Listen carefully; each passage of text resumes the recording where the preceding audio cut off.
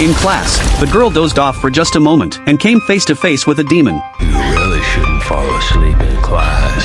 Jessie froze in fear, then bolted out of the classroom, but as soon as she ran out the door, she found herself right back where she started. The demon raised his metal claws and approached. Jessie suddenly woke up, terrified. Noticing the strange looks from her classmates, she assumed it was just a nightmare. But then, she saw strands of her hair cut by the demon lying on her textbook. That's when Jessie realized what had just happened might have been real. That night, afraid the demon might return, she asked her boyfriend to stay over. But in the middle of the night, Jessie was jolted awake by the sound of the dog barking. Not wanting to wake her sleeping boyfriend, she stepped outside alone to check things out. She called the dog's name a few times, but there was no response. A bad feeling crept in, and just as she walked out into the yard, she saw the dog lying motionless in a pool of blood. The demon had returned. Jessie turned and ran toward the house in terror, but when she got inside, it wasn't her home. The decor looked more like a preschool. While she was still trying to understand what was happening, a little girl suddenly appeared in front of her, and took her by the hand. It seemed the demon had been expecting Jessie all along. Just as he was about to strike, Jessie woke up again.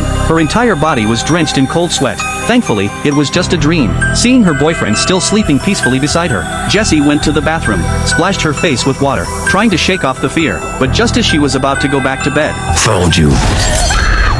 her boyfriend tried to wake her, only to find her acting like she was possessed. She screamed at the top of her lungs, her body convulsing, arms and legs thrashing wildly, completely unresponsive to his voice. Then, out of nowhere, she kicked him off the bed, and her body began to levitate eerily into the air. She spun 180 degrees, then suddenly slammed into the ceiling, only to be impaled by the demon's steel claws. Her body, covered in blood, dropped lifelessly before his eyes. There was no time to grieve. Terrified, the boyfriend grabbed his clothes and ran. In his panic, he accidentally triggered the alarm. Fearing he'd be mistaken for the killer, he sprinted through the streets and made it to his friend Lisa's house. Seeing him covered in blood and showing up in the middle of the night, Lisa screamed and ran away.